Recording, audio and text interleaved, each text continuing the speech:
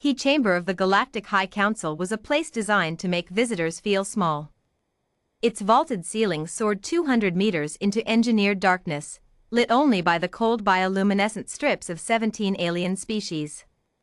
The floor was polished obsidian harvested from a dead star.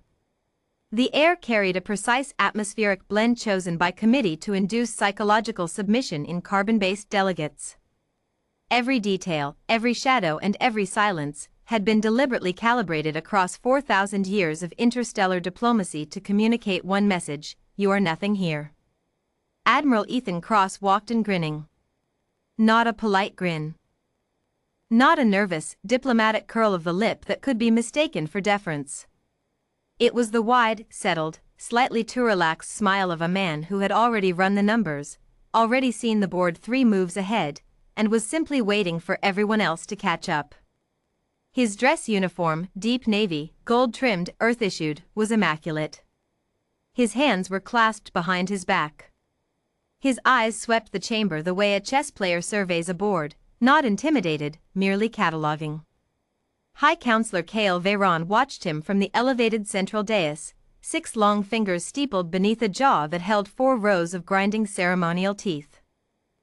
Veyron was ancient, 3 centuries by human count, and in 3 centuries he had received representatives from 41 species. He had seen fear. He had seen arrogance.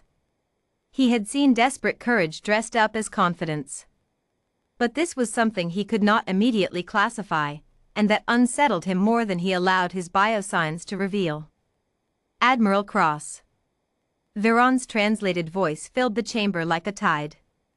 You have been summoned to answer for the incident at Relay Station Keth 7. Humanity's fleet violated the neutral corridor, a corridor protected by Council edict for 900 years. The penalty, as your people were informed upon joining this body, is collective sanction. Embargo. Removal of interstellar transit rights. He paused for weight. This is not a negotiation. High Counselor Kale Veyron, Galactic Council Session 7441. Cross let the echo die completely before he spoke. With respect, High Counselor, he said, his voice even and almost gentle, everything is a negotiation. That's the first thing they teach at the Academy. The second thing they teach is to never enter one without knowing what the other side actually wants. He tilted his head slightly. Do you mind if I tell you what you actually want? The chamber shifted. Delegates murmured in 17 frequencies. Veyron's jaw muscles tightened, a micro-expression that Cross had studied in the diplomatic briefing files along with the rest of the Council's physiological tells. 41 species. He'd read the file on everyone. The Keth 7 corridor, Cross continued, without waiting for permission, is flagged neutral because it sits between the Vreth hegemony's eastern shipping lanes and the Solen Collective's mining platforms. Am I correct? He glanced at the Vreth delegate, a towering crystalline entity in the far left arc of seating, and then to the Solen block. The neutrality protects a balance of economic access. That is what the corridor is actually for. The 900-year-old edict was written to prevent either party from controlling a choke point, not to create a sacred zone. Silence. My fleet did enter the corridor, Cross admitted, and the admission dropped like a stone. Several delegates leaned forward. We did so in pursuit of the Vethani Crimson, a pirate collective that, as of 6 weeks ago, had raided Solen mining platforms 7 times, Vreth cargo convoys 4 times, and 3 human colony vessels. He reached into his uniform coat and produced a data chip, which he held up between 2 fingers. Full sensor logs. Transit timestamps. Intercept coordinates. The Vethani Crimson no longer exists as an operational force. We destroyed their command ship, captured their logistics network, and recovered goods from 41 separate raids conducted against Council member species over the past 11 years. 11 years. Cross let that number breathe. 11 years, and the Council's enforcement arm filed 18 reports. 18. We've been members for 4. We fixed it in 6 weeks. Admiral Ethan Cross, addressed to the Galactic High Council. Veyron was very still. This was the look, Cross noted, the expression the briefing files called recalibration. The 3-century-old political mind working the problem in real time, testing angles, checking exits. Veyron hadn't become High Counselor by being slow. But he also hadn't encountered humans before, and humans were, even among themselves, difficult to model. You violated, Veyron began. We violated a legal technicality in service of the corridor's actual purpose, Cross said. Still calm. Still smiling, just slightly. I'll stand before any tribunal you name. Full transparency. Every log, every order, every second of the engagement.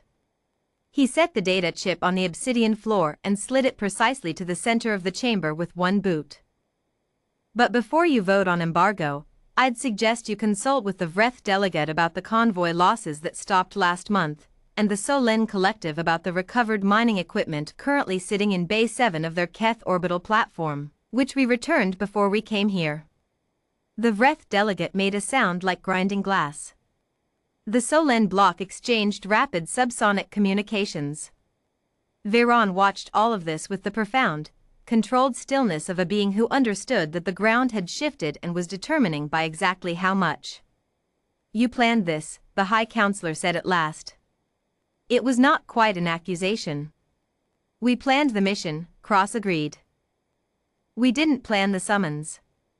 But when it came, and here, for just a moment, the grin reached his eyes in full, we figured we'd let it play out. There's an old expression on Earth, High Counselor.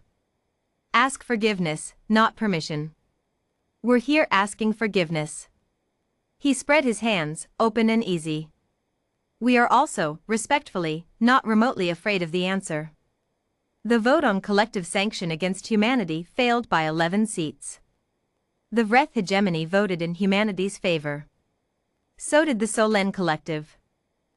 So did 6 other species whose shipping lanes, colony corridors, or supply networks had been touched by Vethani raids over the past decade, raids that had never quite risen to the level of coordinated council response, but had never quite stopped either. High Counselor Veyron cast the final abstention personally, which in the Council's formal language was as close to a concession as the Chamber's protocol allowed. When the session concluded and the Chamber began to empty in the slow, formal procession of 41 species, he descended from the dais and crossed the obsidian floor to where Cross stood, unhurried, reviewing something on a personal device. You are a difficult species to read, Veyron said. We've been told, Cross replied pleasantly. That expression you wore when you entered. Veyron studied him. You were confident before the session began. Before you knew the outcome. Cross considered the question with apparent genuine thoughtfulness. High Counselor, we've been doing this, politics, war, negotiation, survival, on one planet, against ourselves, for about 10,000 years. We've had empires rise and eat each other. We've had famines that should have ended us and diseases that tried and wars that we somehow walked out of every single time. He pocketed the device and looked at Veyron directly. We showed up here, to the galaxy, last. We were the youngest species at the table by about 600 years. Every species here had a head start. He glanced around the emptying chamber, at the soaring dark ceilings and the bioluminescent light strips and the floor of dead star obsidian. All that did, he said, was give us more to study. Veyron was quiet for a long moment. Then he said something that his translator rendered imperfectly, something that came through as a combination of understood and noted and, underneath it, something that might have been the counselor's species' closest word for fear. Admiral Ethan Cross nodded politely, clasped his hands behind his back, and walked out of the chamber the same way he'd walked in. Grinning.